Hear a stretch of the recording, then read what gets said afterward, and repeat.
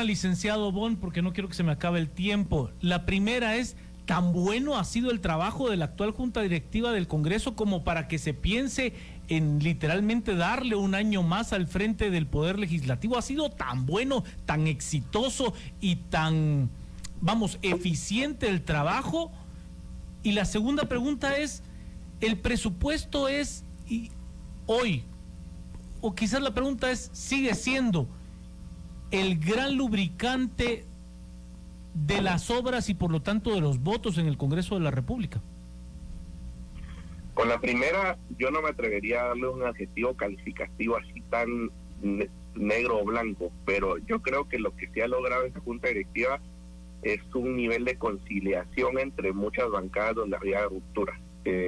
Yo creo que sí ha logrado la conciliación, pero creo que su gran desafío y que no lo han logrado superar es establecer una agenda. Si bien nosotros a mediados de año, cuando nosotros presentamos un informe de la labor del Congreso, nosotros dijimos que Junta Directiva sí tenía una agenda prevista y provisional para este año. Yo creo que no lograron socializarla, o en ese proceso de socialización no se llegó a los acuerdos para poder avanzar en ella.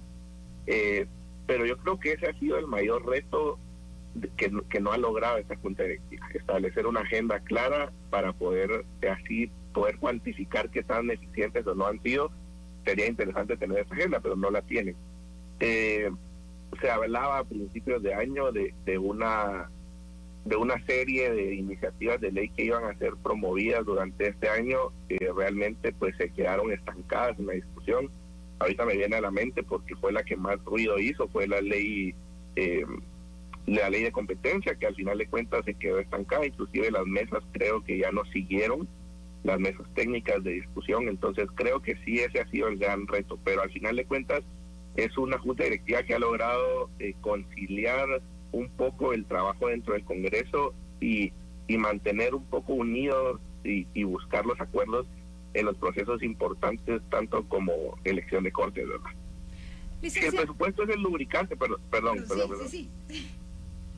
No, si el presupuesto es el lubricante, yo creo que al final de cuentas sí, siempre donde está el dinero, pues hay un interés especial, y yo creo que sí ayuda a buscar estos acuerdos. Lo vimos también en la ampliación presupuestaria. Al final de cuentas hubo dinero, hubo acuerdos, entonces pareciera que sí sigue siendo un lubricante para los acuerdos, pero por eso a veces también parece raro que sea tan pronto la elección de Junta Directiva y no esperen hasta de último cuando se apruebe el presupuesto.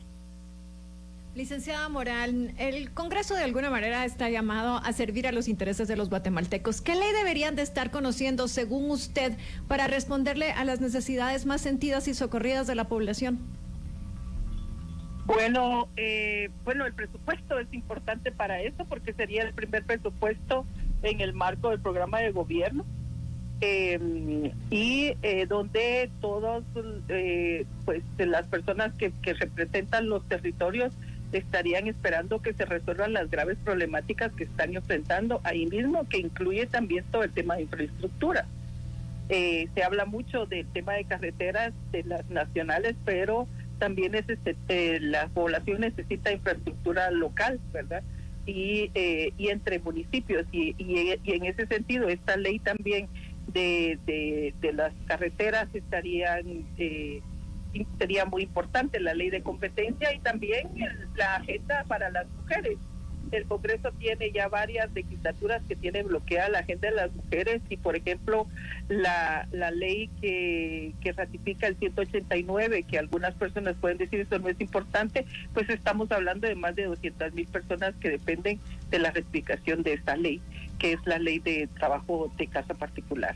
Pero hay otras leyes de pueblos, por ejemplo, esta que fue rechazada de una manera impresionante, la ley para el reconocimiento de las mujeres garífonas, que lo pueden ver que no es importante, pero en este momento y en este contexto donde los pueblos originarios están jugando un rol muy importante en el país, me parece que el Congreso debería de seguir apuntalando a eso.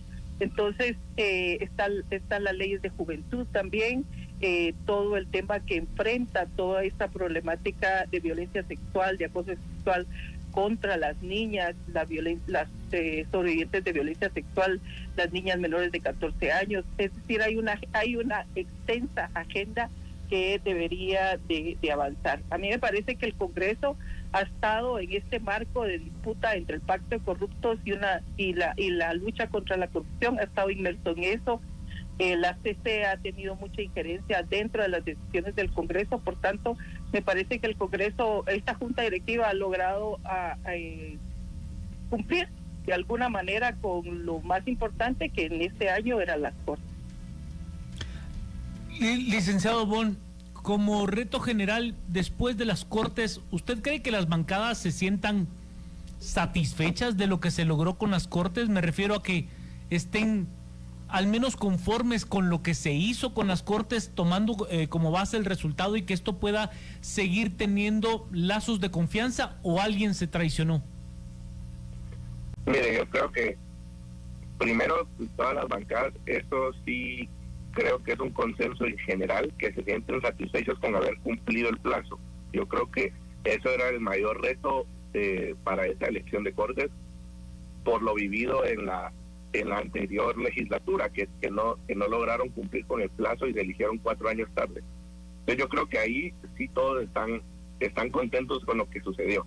Luego, en cómo quedaron con la composición de las Cortes y la elección de cada uno de los candidatos, yo creo que siempre hay algunos que no todos van a salir tranquilos o felices de la elección, pero lo que sí logramos ver es que por lo menos, digamos, en Corte de Suprema de Justicia, que es un poco más fácil hacer el análisis por la cantidad de magistrados electos y por las que se vota, vimos que sí hubo bastante consenso en la mayoría de las elecciones, no hubo votos muy divididos, si bien en algunas de las elecciones sí se quedó fuera, digamos, la bancada oficial, en este caso Semilla, sí quedó fuera de esas votaciones, digamos, ellos votaron en contra y todos los demás no, pero yo creo que al final ahí no es fácil que todos salgan felices de una elección de magistrados, sobre todo cuando son tantos, ¿verdad? Entonces, yo creo que lo que sí los tiene que tener contentos es haber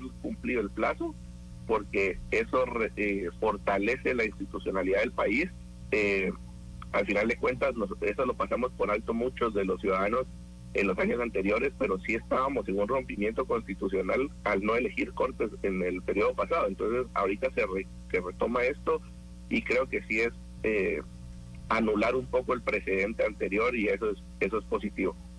Licenciada Morán, también quisiera escuchar su evaluación del Congreso en todo el proceso de elección de Cortes. ¿Cómo ve usted la actitud que tomaron y el resultado que se obtuvo? Bueno, yo coincido en que ellos cumplieron, y era uno de los grandes retos, ¿verdad?, que se tenía, si se iba a poder cumplir con las fechas correspondientes y tener los acuerdos para que se obtuvieran los votos.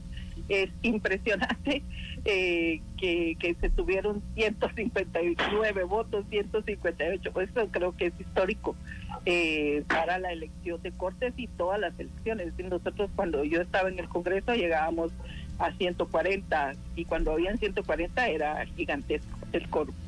Eso puede ser que nos guste o no nos guste el resultado, pero lo que necesitamos ahora, que el Congreso de la República sí se ponga para eso, es para la reforma a la ley de comisiones de postulación, para que las próximas elecciones del 2026 ya vayan con una forma distinta. Creo que todos los análisis van a que ya esta manera ya no da, y bueno, necesitaríamos hasta una reforma constitucional, pero esto ya es otro tema de más dificultad. Pero me parece que esto, y también el tema de las reformas a la ley electoral y partidos políticos, permitirían ir cambiando la forma que tenemos para ir a elegir para esta elección por parte de los diputados. Creo que algo que nos quedó claro a la ciudadanía es que el Congreso, y a quienes elegimos al Congreso, implica también el voto para otras instituciones. Por tanto, la crítica que se puede hacer al resultado también tiene que ver con quiénes son los diputados y diputadas que están en el Congreso y que fueron electos por la ciudadanía. Así es que me parece que la ciudadanía ha logrado tener mayor conciencia de la importancia del Congreso de la República, del voto para la integración del Congreso de la República, y espero que eso se exprese en las elecciones del 2027. Licenciado Bon, cuando analizamos lo que usted pone sobre la mesa, ¿no? Esta junta directiva ha logrado sí tener participación de las diferentes bancadas, ha tenido diálogo, pero no una agenda clara. Y el llamado prioritario, y entiendo que el presidente Neri Ramos no es miembro de la bancada del partido Movimiento Semilla, pero la cantidad de integrantes que tiene Movimiento Semilla en el Congreso de la República y su victoria electoral para el Poder Ejecutivo está basada en una promesa de transformación, en una promesa de cambio, en tener literalmente una forma distinta de hacer las cosas.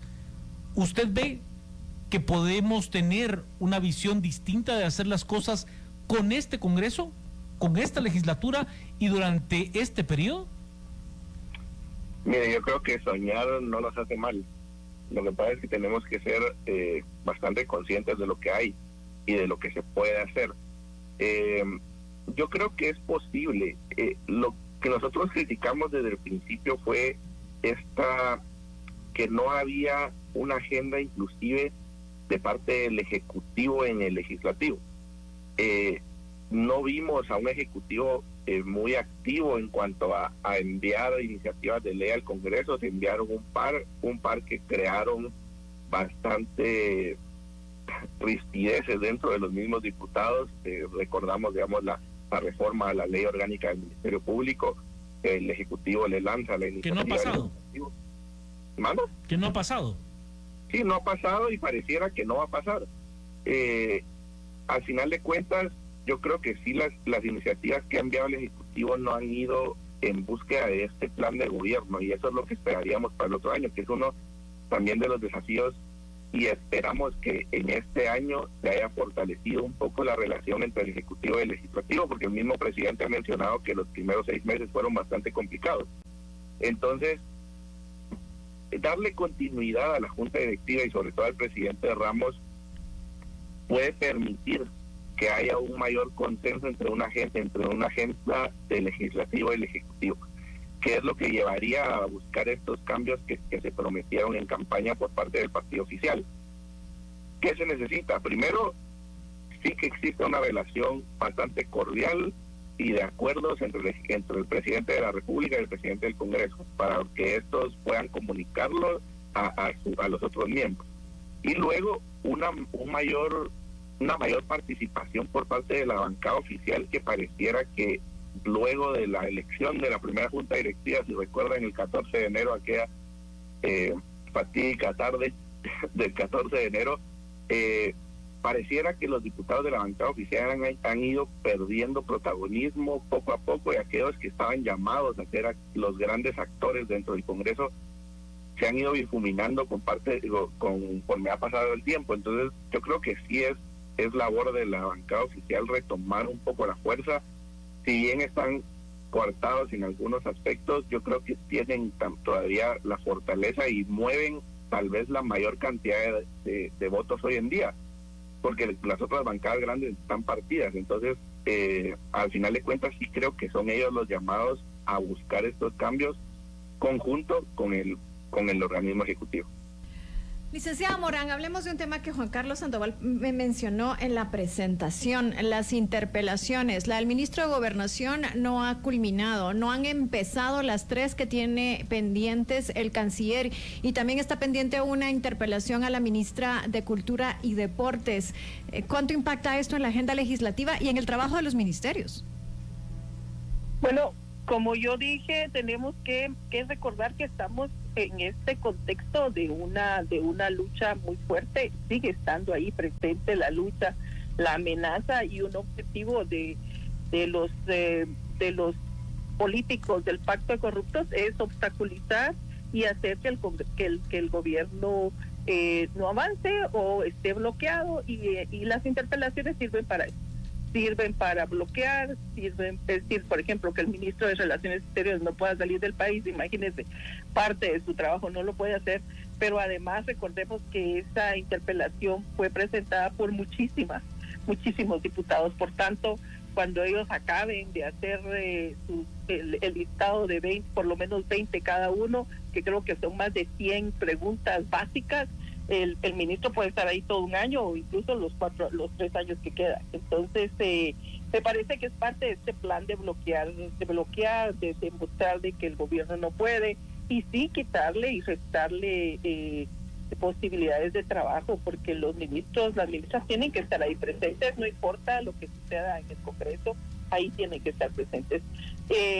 Yo esperaría que en algún momento los diputados y diputadas puedan desistir de esas interpelaciones, salvo que sigan siendo útiles para su esfuerzo por bloquear el gobierno. Tenemos que ir a la pausa. Regresamos en breve para seguir conversando con nuestros invitados, el licenciado Fernando Bon y la licenciada Sandra Morán. Estamos analizando el actuar del Congreso de la República y lo que podría ocurrir esta semana. Regresamos en breve. Continúe escuchando por Emisoras Unidas, Hora 15. Para estar bien informado, hay que estar cerca de los acontecimientos, de los hechos que en cualquier momento.